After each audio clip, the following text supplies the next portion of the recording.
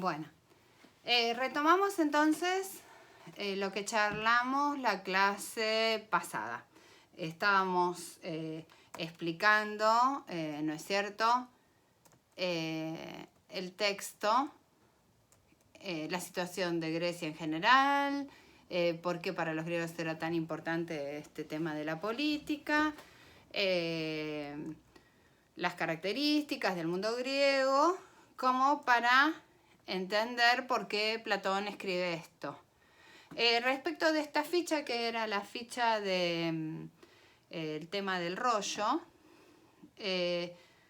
no era una mera aclaración innecesaria, sino que es una aclaración para que ustedes comprendan por qué yo voy a insistir mucho cuando pongan en las notas al pie que no pongan el número de página cuando estamos utilizando los diálogos platónicos, sino los números de renglones. O sea, estaba tratando de justificarles esto que después van a ver que les voy a insistir.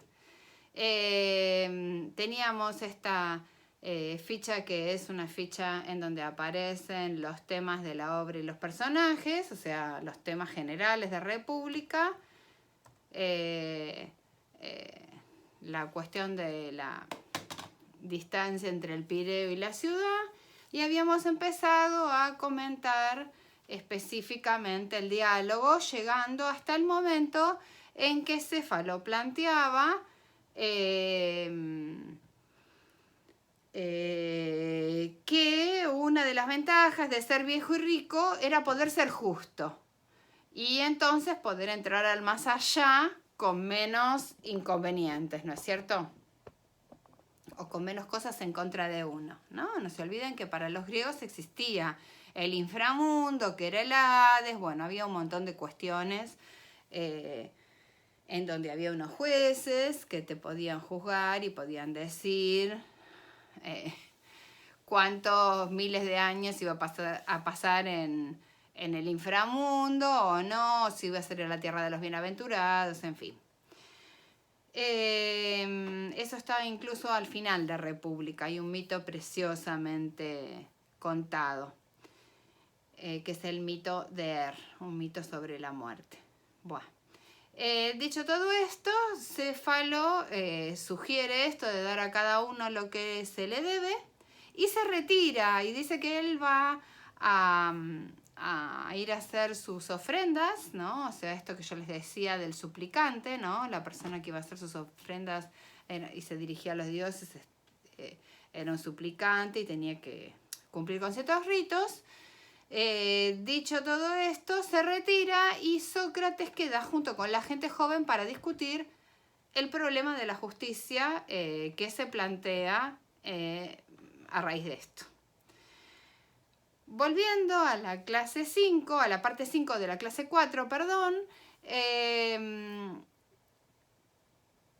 entramos entonces en el problema de la definición.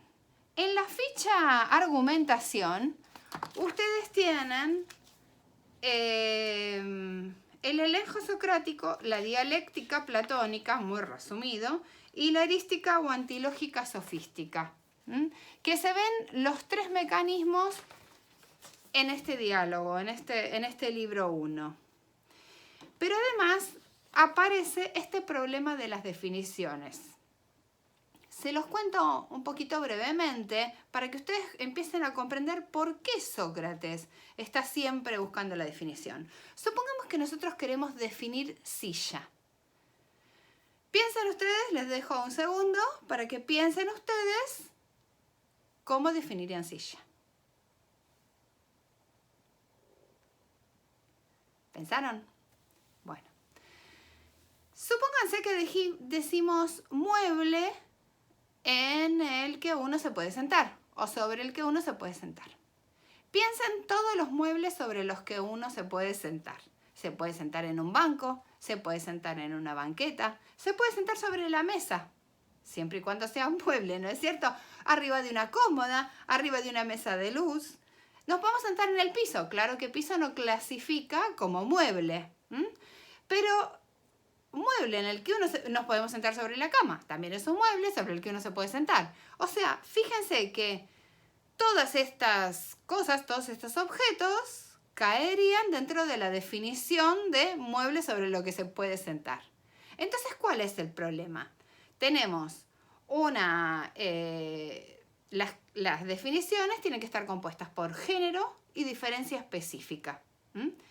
Pero la diferencia específica, el género tiene que ser como el conjunto gigante que engloba las cuestiones generales, pero la diferencia específica me tiene que permitir ubicar esta cuestión puntual que yo estoy intentando definir, en este caso silla.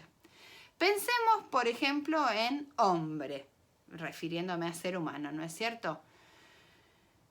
¿Cuál sería el género? Animal, o sea, somos animales, ¿sí? Ahora, ¿cuáles son las cosas que nos hacen diferentes del resto de los animales?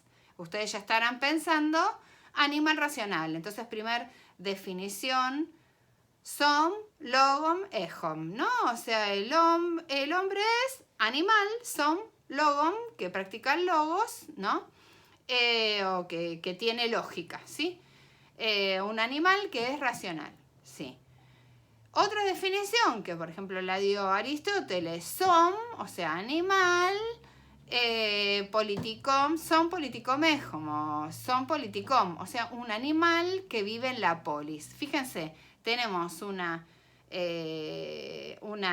generalización, o sea, una agrupación según el género al que se pertenece, y después las diferencias que determinan este objeto o este concepto o este ser específico, ¿no? Como sería en el caso del hombre. Hay incluso una definición, y esto es solo para que se rían un poco, que lanza Platón en un momento, que aparentemente fue animal bípedo, o sea, con dos patas, sin plumas, implume, animal bípedo implume.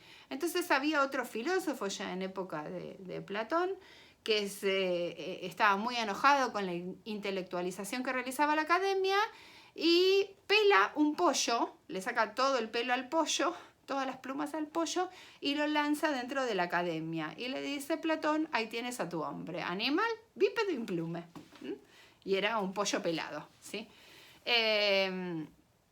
Fíjense cómo esa definición encaja perfectamente con el pollo. Por eso, de ahí la importancia de la definición, porque esto es una de las características del pensamiento socrático y del elenco socrático, es, si no sabemos qué es algo, ¿cómo vamos a poder decir para qué sirve, o si se puede enseñar, o si es para aprender, en fin? ¿Se entiende? Muchas veces igual el método socrático, porque Sócrates advierte, obviamente, la gran dificultad de establecer definiciones, el método socrático se corre, ¿no?, de preguntarnos esto, ¿qué es X? Vamos a poner X, reemplazando animal, silla, felicidad, justicia, en fin. ¿Qué es X? Y desplaza la pregunta si X es Y. O sea, si este X, por ejemplo, supongamos que es X, estamos buscando qué es la virtud, ¿no? La virtud en cuanto a la perfección, la excelencia humana, en ese sentido.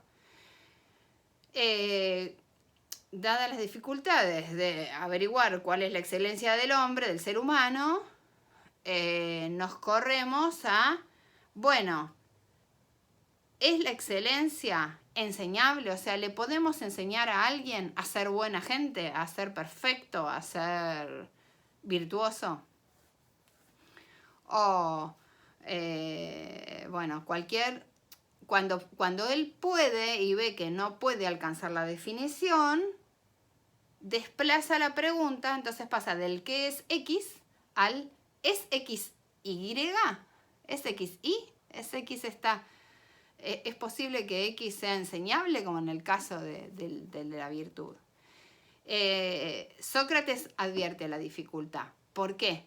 Porque además una cosa es definir un objeto, como silla, mesa, cama, y otra cosa muy diferente es definir cosas abstractas como libertad, bondad, justicia, virtud, belleza.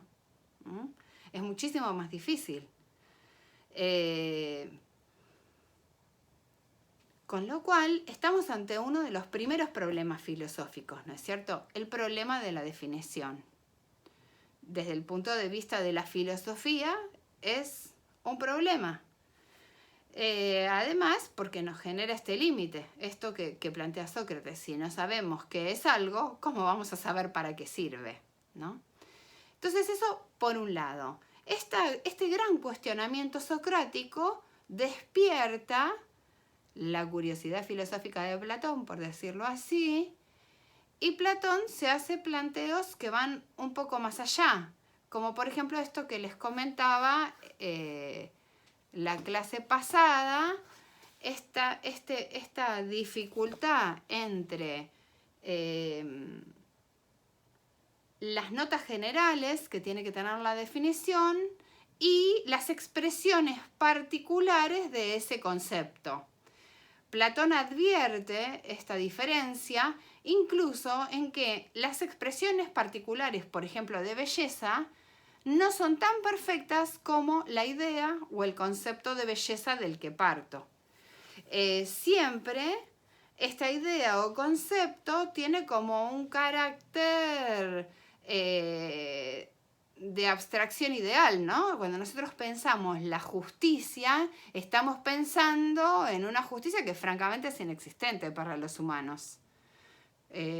Por lo menos no vemos que se aplique y no sentimos que se aplique ni siquiera en el transcurso de nuestras vidas. No nos parece que nuestras vidas sean justas o que las cosas ocurran con justicia mientras transcurrimos el vivir, ¿no es cierto? Y lo que nos hace entonces distinguir entre la justicia divina y la justicia humana. Fíjense que los griegos tenían dos palabras diferentes para la justicia divina y para la justicia humana. Eran dos diosas distintas, Temis y Dike.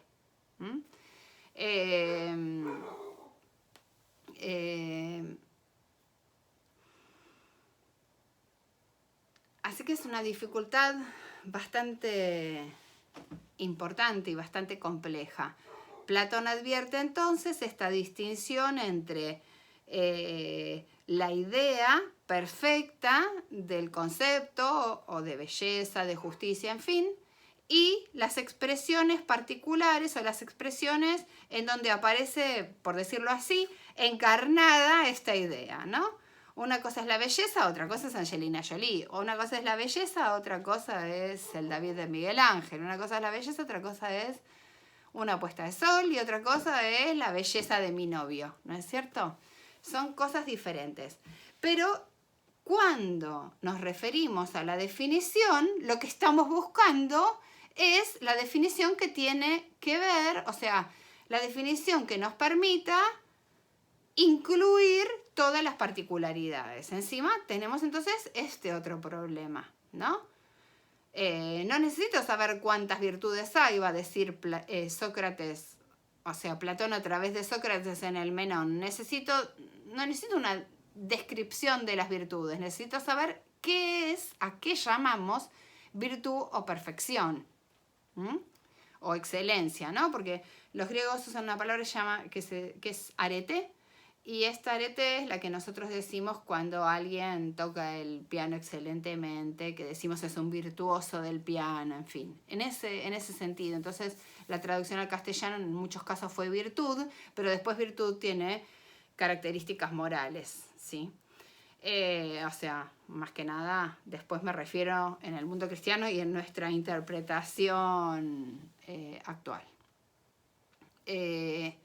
Así que esto es un problema que se plantea en la filosofía socrática y que vamos a ver en este libro 1. Detengo acá.